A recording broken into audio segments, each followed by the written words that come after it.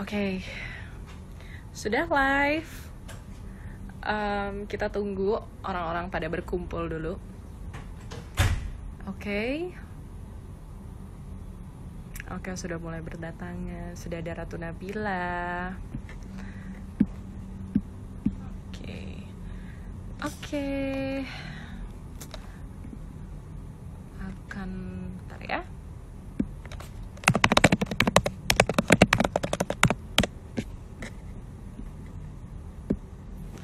Nah, apa kabar teman-teman semua? Sudah memasuki bulan Ramadan. Sudah hari pertama puasa. Semoga puasanya tetap lancar, tetap kuat, nggak ada yang bolong. Oke. Nah, kali ini live bareng CNN Indonesia-nya itu kita majuin ke jam 4 untuk menemani kalian ngabuburit. Nah, untuk kali ini saya akan ditemani oleh kawan saya. Apakah dia sudah bergabung? Coba. Oke, Karatu Nabila, boleh yang saya pin?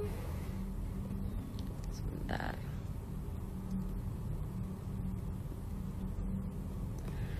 Ya, jadi yang live bersama saya adalah seorang model, seorang entrepreneur, dan dia juga adalah seorang sustainable living enthusiast. Dia itu siapa lagi kalau bukan Veronica Kresnasari yang kembar, cuman sayangnya kembarannya lagi nggak bisa ikut. Tadinya saya mau live bertiga sama mereka. Nah, kita menunggu dia untuk bergabung. Kemana dia? Bentar ya. Kita.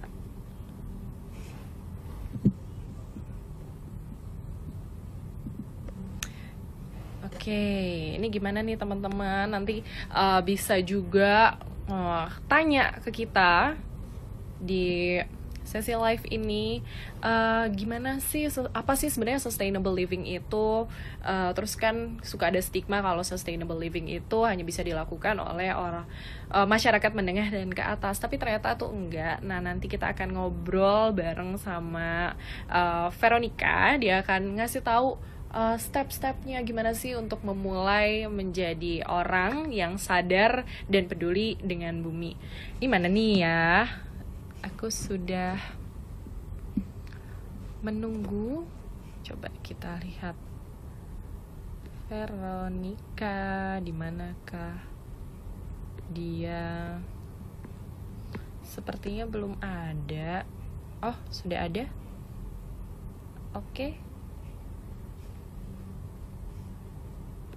Kita tunggu. Mana nih? Sebentar ya teman-teman, sepertinya dia belum bergabung. Coba aku cek.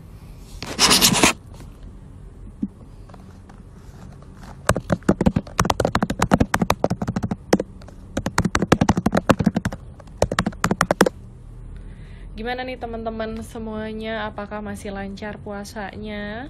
Semoga lancar. Biar nggak bosen nontonin live-nya CNN Indonesia. Karena tiap hari itu topiknya ganti-ganti ya. Kayak hari ini saya dan teman saya akan membahas tentang sustainable living di tengah pandemi dan juga di tengah Ramadan. Gimana sih caranya gitu kan ya? Apa aja sih yang bisa dilakuin ketika work from home, ketika nggak ngapa-ngapain di luar dari kerjaan, kita bisa ngapain nih? Ternyata bisa. Tunggu ya. Mana nih? Nah, kita lagi menunggu Veronica. Kita udah send, udah connect. Hai Vera. Halo, selamat Apa sore. kabar? Selamat Selamat sore. sore. Gimana Baik, puasanya? baik. Alhamdulillah, hari pertama, alhamdulillah. Sengaja bangun siang biar nggak kerasa. Gitu ya. Emang bangun jam berapa sih tadi? Tadi sih bangun jam 12. Waduh, jam 12 nggak salah ya. Preserve energy buat diri gue sendiri. Oke, Fer. Nih, aku mau nanya nih di sini ya. Pertama nih, ini teman-teman kan udah pada tahu tekniknya itu kan eco living di tengah pandemi. Sebenarnya eco living sama sustainable living itu apa sih, Fer?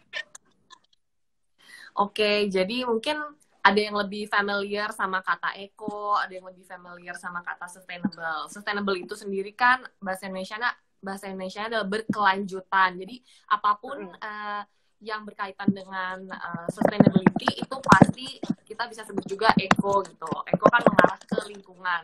Kalau kita lebih berkelanjutan dalam berkehidupan itu pasti baik buat lingkungan gitu. Jadi kita bilangnya, mungkin ada yang bilang sustainable fashion, ada yang bilang eco fashion, kita anggap aja itu sama, tapi goals-nya itu satu tadi, supaya kita hidup lebih selaras sama bumi gitu. Oke, ini sebenarnya kamu tuh udah ngejalanin sustainable living ini udah berapa lama? Kalau tahu tuh udah dari kecil, sebenarnya kita dikasih tahu kan, cuman sembari kita tambah gede, kayak lebih ngejar duniawi banget, jadinya kita lupa tuh gitu kan sama nilai-nilai yang sebenarnya udah ditanemin dari kita kecil sama guru kita, sama keluarga kita. Tapi itu nilai-nilainya mulai terkikis nih sama nilai-nilai baru yang ada di kehidupan ini gitu, nilai-nilai yang nggak sustainable gitu, yang praktis, modernisasi dan peradaban yang indikasinya lebih ke arah materialistik misalnya. Nah, kalau lebih nerapinnya tuh mungkin dari pas semenjak aku create Twins Eco, itu satu akun di sosial media ya, di Instagram Twins Eco, awalnya itu hanya untuk menyebarkan isu-isu tentang lingkungan atau cara kita untuk jadi lebih sustainable. Tapi akhirnya aku di situ akhirnya jadi menjual tools juga buat kita hidup lebih sustainable, salah satunya itu lebih zero waste. Kita kan agak susah ya kalau misalnya mau benar-benar ngilangin sampah, apalagi kita yang hidupnya di kota. Betul. Jadi di situ di Twins Eco itu aku sama kembaran aku ngejual beberapa tools yang waktu itu memang lagi gencar-gencarnya dicari orang. Zaman tahun lalu itu kan semua orang pengen ngurangin sampah plastik, udah mulai aware terhadap sedotan plastik itu bahayanya seperti apa ke lingkungan, ke laut. Jadi dengan adanya Twins Eco itu membuat aku lebih ke-push lagi sama si Val ini buat, ya kita udah bikin ini nggak bisa one time, kepengenan sesaat doang. Akhirnya mulai dari situ 2 tahun yang lalu, ke arah sekarang ya kita berusaha lah gitu, hidup lebih sustainable. Okay. Hai semua yang nyapa-nyapa dan udah mampir di sini. Oke, Fer, nih aku mau nanya juga nih ya. Itu kan walaupun dengan berarti kamu mengubah pola hidup kamu juga kan, kayak misalnya dari mulai mengurangi sampah plastik, dari mulai enggak pakai sedotan plastik lagi, jadi mungkin sedotan kayu atau apa tuh namanya, stainless gitu kan ya. Nah, kalau ke makanan ada yang kamu ubah nggak? Nah itu dia, itu tuh bener-bener suatu kayak aku tuh udah tahu, udah banyak banget kayak film atau research atau dokumenter ya yang ada di kayak di Netflix itu kan ngasih lihat tentang kayak yang kita we are what we eat gitu, we are what we eat. Dan ada salah satu pilihan dietary gitu yang akan lebih baik gitu ketika kita konsumsi, selain baik buat kita, itu baik buat lingkungan, which is you know lah, vegetarian and vegan.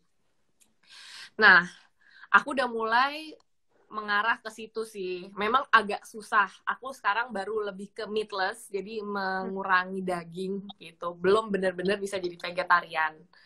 Tapi benar-benar di dietary aku tuh udah ngurangin banget daging. Selain itu emang daging itu kurang baik buat tubuh manusia, aku kan juga belajar biologi ya dulu ya, belajar mikrobiologi. Cuman kita tuh dibombardir banget sama ya iklan-iklan dan industri yang bilang ya lo harus makan daging nih, tuh sumber protein.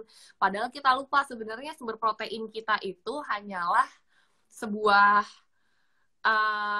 vendor. Bayangin sumber protein kita misalnya sapi, dia kan makannya rumput ya. Jadi sebenarnya kita tuh kayak makan rumput via sapi gitu. Kenapa kita nggak langsung makan aja yang dia makan ya kan? Dan itu jadinya lebih sehat gitu. Jadi lebih ke plan base juga ya mungkin ya, mengarahnya ke Arahnya sana. ke sana. Oke, nah ini Fer, ini kan kita udah mulai PSBB ini kan udah 2 minggu terus diperpanjang dan sebelumnya juga banyak kantor yang udah menerapkan work from home. Ini selama PSBB ini membuat gaya hidup sustainable kamu itu keganggu nggak? Justru ini bener-bener kebantu banget sih. Buat semua yang lagi nonton dan ngerasa kayak gue tuh pengen banget hidup lebih sustainable tapi gue gak ada waktu. Nah, sekarang gak ada alasan lagi. Karena kita semua tahu kalian punya lebih banyak waktu kan sekarang. Jadi ini momennya banget nih kalian ngelis apa sih yang gue butuhin buat hidup lebih sustainable. Pertama, kalau kalian di rumah gitu kan, kalian bisa lebih merhatiin ke tong sampah kalian. Ini sampah apa aja sih yang ada di tong sampah gue gitu kan. Oh, gue tuh banyak nyemil snack-snack yang plastik-plastik itu. Mungkin bisa diganti jadi buah, lebih sehat, dan itu bisa dikompos. Terus abis itu, oh gue tuh suka belanja online ya kan. Sekarang pasti yang suka belanja online. Keranjing Belanja. ya. Nah, kalau belanja online mau nggak mau pasti diplastikin sama orangnya. Berarti kalian punya waktu nih buat memilah sampah kalian. Nah, milah sampah, aduh males banget, gak ada waktu. Sekarang pasti ada waktu. Dan sementara ini, kalau kalian belum tahu hasil pilahan sampahnya tuh harus diapain, udah banyak banget konten gitu dari akun-akun yang bagus yang selalu aku follow, kayak Zero Waste Indonesia, terus ada Indonesia Diet Kantong Plastik. Itu kalian bisa lihat, dipisahinnya tuh buat apa sih. Jadi kalian tuh holistik gitu, nggak cuman gue memisahkan sampah nih karena gue disuruh, tapi kalian harus tahu kenapa sih harus dipisahin sampahnya. Mungkin salah satu yang paling menggerakkan aku tuh adalah ketika dua sampah itu digabung ya, misalnya yang organik sama anorganik, itu tuh bisa menghasilkan zat-zat yang berbahaya nanti ketika ditaruh ke tempat sampah TPA. Tanpa kita tahu dan tanpa beritanya naik di Bantar Gebang itu, udah banyak banget korban jiwanya nih dari tukang-tukang sampah yang terkena ledakan-ledakan dari penghasil campuran sampah kita. Karena sampah organik sama anorganik tadi menghasilkan gas metana nih guys, jadi dia bisa meledak. Terus dia juga terkubur nih, orang-orang yang terkubur di dalam. Itu udah banyak banget dokumenternya. Dan sekarang juga kalian kalau mau nonton, itu ada film bagus banget yang baru dirilis sama IDDKP, Indonesia Diet Kantong Plastik. Dia kerja sama Discovery Man, itu keren banget, tentang sejarah, tentang sampah plastik di Indonesia tuh alurnya tuh kemana aja. Nah, itu bisa jadi motivasi kalian buat, oh ya gue harus misahin sampah gue. Setidaknya si tukang sampah ini tahu, oh yang plastik sampah hitam ini isinya plastik, yang sampah hitam ini isinya organik, kayak gitu. Oke, ini Fer, ini ada satu pertanyaan menarik ya dari Tiffany Raitama. Ini dengan kebiasaan masyarakat Indonesia, gimana caranya buat masyarakat bisa menjalankan eco-living? Optimis nggak kamu? Optimis banget sih, karena semakin tahun aku tuh melihat semakin banyak, pertama misalnya orang yang vokal di sosial media, entah dia adalah influencer atau dia adalah profesional yang lebih aware dan ngasih konten-konten tentang zero waste, tentang sustainable gitu. Misalnya kayak Kak Andra Alodita, mungkin kita awalnya tahu dia fashion blogger, tapi sekarang enggak, dia sekarang juga ngasih lihat, gue nggak kompos loh di rumah, lihat nih rak kompos gue gitu. Terus kayak misalnya Andin yang juga mulai aware sama fashion, eco fashion gitu, dia bikin setali.indonesia buat kalau kita punya barang-barang pre-love dijualin sama mereka, dilelang, terus uangnya buat disumbangin. Jadi aku lihat banyak banget masyarakat Indonesia yang udah mulai ke arah sana. Cuman kalau individu emang agak susah buat bener-bener bikin perubahan yang gede. Aku senang banget ada yayasan-yayasan yang mulai nge-push memang ke pemerintah, karena ini harus ke kebijakan sih. Kayak sekarang nih misalnya PSBB, dikasih peraturan PSBB, ya orang tetap jalan. Tapi kalau udah ada polisi turun ke jalan, nutupin jalan tol gitu kan, secara pemerintahan massal, ada penegakannya, pasti kita semua mau nggak mau ya kan. Oke, tadi kan kamu menyinggung tentang fashion ya, eco fashion. Ini tadi juga sempat aku baca tentang fast fashion dan juga slow fashion. Nih, as a public figure, kamu masih suka, dan juga kamu menjalani sustainable living ini, masih suka nggak sih nggak sengaja beli fast fashion gitu? Kalau nggak sengaja sih jarang ya, karena kita kan manusia ya, kita nggak mungkin dong nggak sengaja. Kita tuh melakukan sesuatu pasti dengan akal sehat gitu kan. Nah, cuman aku pengen nunjukin nih guys buat kalian ya hasil decluttering aku. Jadi lemari gue tuh isinya di belakang ini. Cuma segini nih, ini lemari gue sama Valerie loh. 2 orang. Oke. 2 orang ini isinya tuh cuma dikit banget deh, kalian mesti lihat. Itu kayak cuma baju kotor, terus lihat itu kaos gue dikit banget. Kayak dikit banget ya. Dikit banget sama yang digantung itu. Karena gue selalu jualin barang-barang gue di Prelovin, di Tinkerlust, sama di Style Indonesia tadi. Oke, jadi gue udah gak punya barang, udah nggak dipakai gitu kan? Cuma segitu. Udah nggak muat lagi, jangan langsung dibuang tapi bisa di pre-lovin ya. Itu salah satu cara kamu untuk menjalani sustainable living. Plus kalau buat yang masih gemar pakai baju yang fashionable, kalian bisa banget rental. Kayak aku juga rental sekarang di salah satu aplikasi, dan udah mulai banyak juga aplikasi-aplikasi rental. Jadi kalian bisa sekali pakai jadi konten buat kondangan, udah dia nggak diem di lemari gitu. Iya sih, karena memang tendensinya nih misalnya teman-teman yang umuran 24 ke atas gitu kan ya, banyak kan undangan-undangan untuk kondangan gitu. Nah biasanya kan mereka juga males buat beli baju satu, makainya cuma sekali gitu. Emang bener sih ya untuk buat fashion, untuk rental. Nah ini juga nih, influencing dan edukasi sustainable living yang sampai sekarang kamu jalanin tuh apa? Bisa diceritain nggak ke kita? Maksudnya gimana? Edukasi. Yes, edukasi tentang sustainable living. Nah, ini ada satu buku, ini yang bagus banget. Ini belum kelar aku baca, jujur. Ini namanya This is a Good Guide. This is a Good Guide for a Sustainable Lifestyle. Ini by Marike A. Scott. Nah, buku ini bagus banget. Dia ngebahas bener-bener nanti jadinya holistik. Bahkan sampai saham yang kamu beli, bank mana yang kamu pilih. Di sini dia ngasih tahu bank mana yang misalnya pakai bank A. Bank ini tuh menginvestasi ke bisnis-bisnis yang hijau. Nah, jadi kita bisa lebih memilih ke arah sana. Akhirnya kita bisa benar-benar holistik, guys, berkehidupan yang sustainable.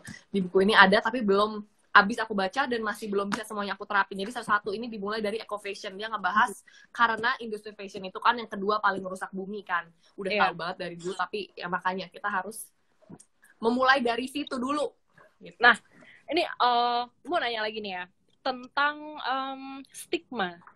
Ada stigma yang mengatakan bahwa kalau misalnya sustainable living itu cuma bisa dilakuin sama orang yang menengah dan juga ke atas, yang hidupnya tuh udah nyaman gitu. Ini gimana cara kamu untuk ngelawan stigma ini dan mengajak teman-teman semua untuk tetap sustainable living gitu? Nah, ini kan stigma yang sepertinya tuh dibentuk sama industri-industri yang tidak sustainable. Itu harus kita ingat. Itu stigma mereka yang kasih gitu, kayak makan 4 sehat 5 sempurna itu udah basi banget gitu kan. Itu udah zaman kita SD dan itu harusnya direvisi karena sehat itu udah tidak 4 sehat 5 sempurna lagi, guys, gitu. Bahkan manusia itu nggak butuh dairy product sebenarnya. Kita nggak butuh susu sapi buat mendapatkan sumber protein itu sendiri. Cuma kita kebiasaan minum susu dari kecil karena dijejelin sama orang tua kita. Ya kan? Padahal kalau kalian mau tahu, gladiator zaman dulu tuh, gladiator yang lawannya singa, mereka itu vegetarian semua, guys. Gitu. Oke. Nah, cuman sekarang waktu itu belum ada peradaban susu sapi kan. Beli susu sapi ini gitu kan, susu A, susu B gitu. Jadi susahnya sekarang tuh adalah melawan stigma-stigma yang dibentuk oleh tim marketing dari suatu brand tertentu. Jadi kita harus double check lagi ketika kita mendapatkan iklan atau segala macam, itu kita benar-benar harus riset pertama. Dan coba deh, kalau menurut aku orang yang paling sustainable living itu yaitu para petani, orang-orang yang tinggal di desa, yang which is bukan menengah ke atas, mereka justru menengah ke bawah. Mereka itu memproduksi makanannya sendiri gitu kan. Terus mereka akan jarang banget gitu terpapar dengan beli-beli online, barang-barang yang mereka nggak butuhin. Yang hidup di desa itu lebih gampang buat sustainable menurut saya. Justru kita nih, orang-orang yang hidup di kota, yang semuanya udah dipaparin dengan pilihan-pilihan yang gampang, itu yang lebih susah menurut saya. Jadinya dibikin kayak, oh, lo harus bayar lebih nih orang-orang di kota kalau mau hidup lebih sustainable gitu.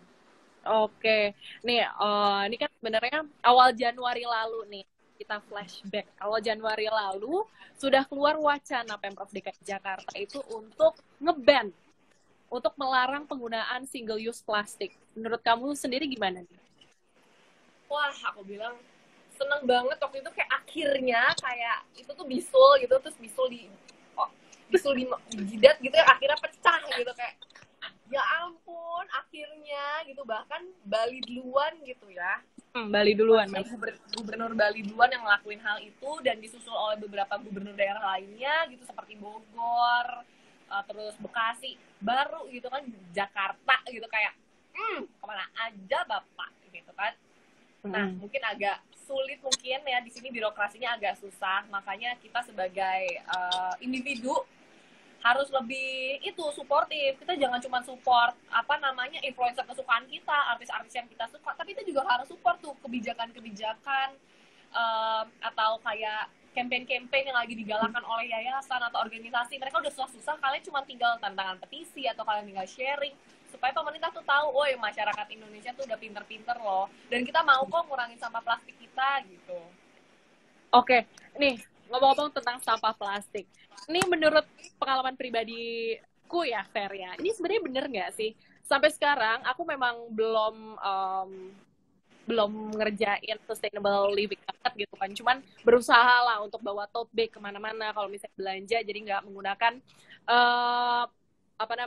plastik gitu, single use plastik. Tapi kadang kan yang namanya manusia itu tidak luput dari kesalahan, betul? Jadi kadang tuh suka lupa bawa tote bag, jadi masih ngegunain si plastik, misalnya ke supermarket gitu kan ya, masih gunain kantong plastik, cuman dari situ plastiknya nggak aku buang. Biasanya aku jadiin buat apa sih, di kantong plastik di tempat sampah, buat jadiin tatakannya gitu. Itu kan berarti kan salah satu reuse juga kan. Yes. Itu sebenarnya adalah kegiatan paling umum sih yang dilakukan sama orang-orang, yaitu adalah menjadikan kantong plastik itu jadi tadahan tempat sampah. Betul. Nah, tapi menurut aku itu justru adalah kebiasaan yang harus dirubah, Sar. Gitu ya. Karena itu jatuhnya hanya 2 kali pakai. Jadi ya awalnya sekali pakai, lo beli buat belanja, abis itu lo taruh di tempat sampah, jadinya cuma 2 kali pakai kan. Yes. Dan itu yang harus kita hindarin banget tuh sebenarnya bukan plastik pada umumnya. Plastik itu kita tetap butuh plastik. Bahan plastik tuh murah, durable, dan itu tuh dulu sejarahnya adalah buat menggantikan gading gajah, cula badak. Jadi awalnya sebelum ada plastik, kita tuh orang zaman dulu tuh pakai gading gajah buat bikin misalnya bola biliar gitu. Bikin sisir sirkam itu pakai gading gajah, guys. Kebayang nggak? Nah, akhirnya setelah ada penemuan plastik, ini suatu penyelamatan bumi banget waktu itu. Karena akhirnya gue nggak perlu bunuh badak lagi, gue nggak perlu bunuh gajah lagi. Plastik itu dulu adalah hero. Tapi sekarang, plastik itu dipakai buat sekali pakai doang. Nah, itu yang nggak boleh. Itu yang Sampah salah itu ya. Kan, justru plastik. Makanya kita hindari si kantong kresek itu, karena dia bisa digantikan oleh tote bag. Dan plastik sampah kalian itu di tempat sampah yang nggak usah ditatakin plastik. Ketika kalian memisahkan sampah kalian nggak butuh tuh pakai kresekan lagi, karena ya sampah yang basah beda, yang kering beda gitu. Nah, langsung kamu bisa ke plastik hitam. Kamu langsung ke plastik yang hitam aja gitu. Iya, jadi cukup kalian sumbangsinya 1 plastik gede hitam itu aja gitu. Oh gitu, baiklah. Jadi selama ini harus ada yang dikurangin juga ya dari aku ya, karena aku kira oh ya udah nih, biasanya kalau misalnya ke supermarket gitu kan belanja terus dapat kantong plastik, ini bisa digunain buat tatakan tempat sampah. Nah, terus nih pas Ramadan, buat Ramadan ini kan tadi kamu juga bilang plant based gitu kan ya. Menurut kamu untuk teman-teman yang pas gitu kan untuk memenuhi nutrisi teman-teman pas lagi puasa gitu dengan plant based, itu apa aja menunya biasanya? Jadi sebenarnya kita emang bisa banget dapetin semua nutrisi yang kita butuhin itu dari tanaman aja. That's why vegetarian and vegan itu masalahnya bukan orang tiba-tiba jadi malnutrisi gitu ya. Itu cuman lebih kayak kebiasaan dan juga mindset kadang. Nah, tapi kita juga harus konsultasi ya. Ada baiknya kayak setiap tubuh orang beda, kalian bisa konsultasi sama nutritionist dulu kalau mau bikin perubahan gitu. Tapi kalau misalnya menu plant based gitu yang cukup buat kita, terutama kalian harus mix gitu, mix. Si plant based ini kan ada sayuran hijau, ada sayuran merah. Nah, jadi di satu piring itu kalau kalian lihat udah banyak warnanya itu udah bagus banget. Misalnya kayak salad, ada tomat yang warna merah, ada timun yang warna hijau, ada beet yang warna ungu, ada paprika kuning. Itu yang paling bagus, plant based yang ketika kita makan tuh warna-warni gitu. Jadi itu sumber vitaminnya kan udah beda-beda. Udah insya Allah memenuhi kebutuhan kita sehari-hari dan ditambah juga dengan kacang-kacangan kayak gitu. Nah, ini tadi balik lagi nih ada pertanyaan. Kalau untuk kemasan-kemasan shampoo, body lotion, sebagai perempuan nih kita masih pakai ini shampoo dan juga body lotion ya. Ini gimana nih? Ada yang bisa diganti nggak?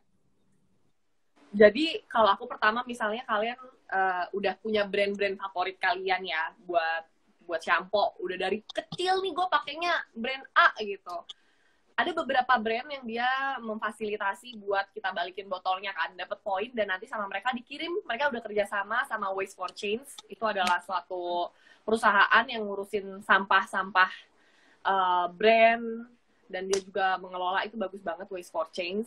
Tapi kalau misalnya brand tersebut belum bekerja sama dengan Waste for Change, kalian sendiri bisa mengirimkan botol-botol plastik kalian itu langsung ke si Waste for Change ini. Jadi kalian mungkin bisa follow Waste for Change ID dan cari tahu di mana drop box-nya dan caranya. Jadi kalian bisa kumpulin tuh sampai jadi satu karung tuh sampo kalian, baru nanti dikirim ke sana. Oke. Nih, kemarin aku sempat lihat di Instagram kamu nanam tumbuhan-tumbuhan gitu ya? Yes, ini tuh lagi hujan. Tadi habis aku cek, jadi lagi ditutup. Karena aku baru belajar urban farming nih guys. Dan itu seru banget, bikin happy banget. Sebenarnya itu bikin kalian jadi harus bangun pagi sih, karena nyiramnya kayak harus dari sebelum jam 9 sama jam 4 sore. Tapi pagi-pagi aku disiramin sama mama, karena aku suka ketiduran. Oh gitu. Nanam apa aja Mang Fer?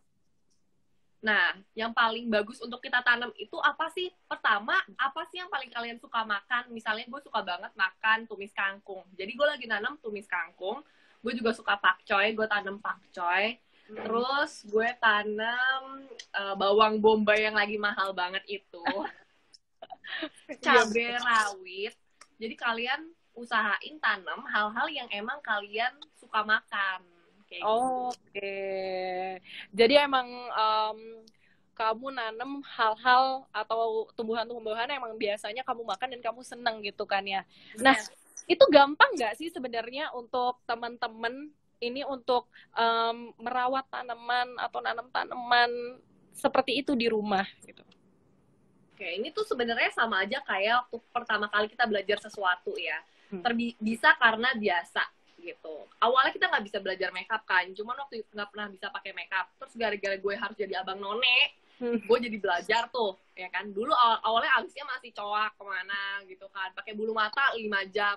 Sekarang cuma 5 menit gitu udah jadi kan full makeup. Sama nih, sama apapun yang kita baru pelajari, urban farming juga begitu. Awalnya gue nanam gitu, gue tanam aja semua bibitnya gitu. Tahu-tahu mereka merunduk semua gitu, die gitu. Jadi batch 1 gue udah mati semua. Terus sekarang ini batch berapa nih? Sekarang ini lagi gue tanam batch 2. Setelah gue nonton-nonton dulu nih video-video di YouTube ya kan, kita jangan cuma nontonin artis favorit kita itu lagi, tapi tontonin ya video-video yang informatif gitu. Salah satunya ada yang cara memasak mungkin. Nah, gue tontonin cara berkebun nih sekarang. Gitu. Jadi gue ternyata bijinya gue rendam dulu lah supaya dia lebih cepat bertunas. Terus kalau biji kecil beda cara nanamnya sama biji yang gede. Nah, kalian tadi nih yang nanya-nanya dapat bibit bawang bombay ada men di online atau enggak, ada cek Instagram, cek highlight urban farming aku, di highlight itu ada salah satu akun Instagram namanya Infarm ID, itu aku belinya di situ. Cus deh. Gitu. Nah, ini kamu tadi nanam apa aja? Kangkung, bawang bombay, banyak banget cabai. Sebenarnya aku nanam banyak. Banyak. Yang paling gampang deh, yang maksudnya nggak butuh care banyak-banyak gitu. Yang kayak ya udah siram aja gitu. Jadi semua cara menanam mereka tuh sebenarnya hampir sama perawatannya. Tiap hari tuh tinggal disiram aja 2 kali, pagi sama malam. Udah. Tapi yang membedakan itu kayak masa pembesarannya mereka.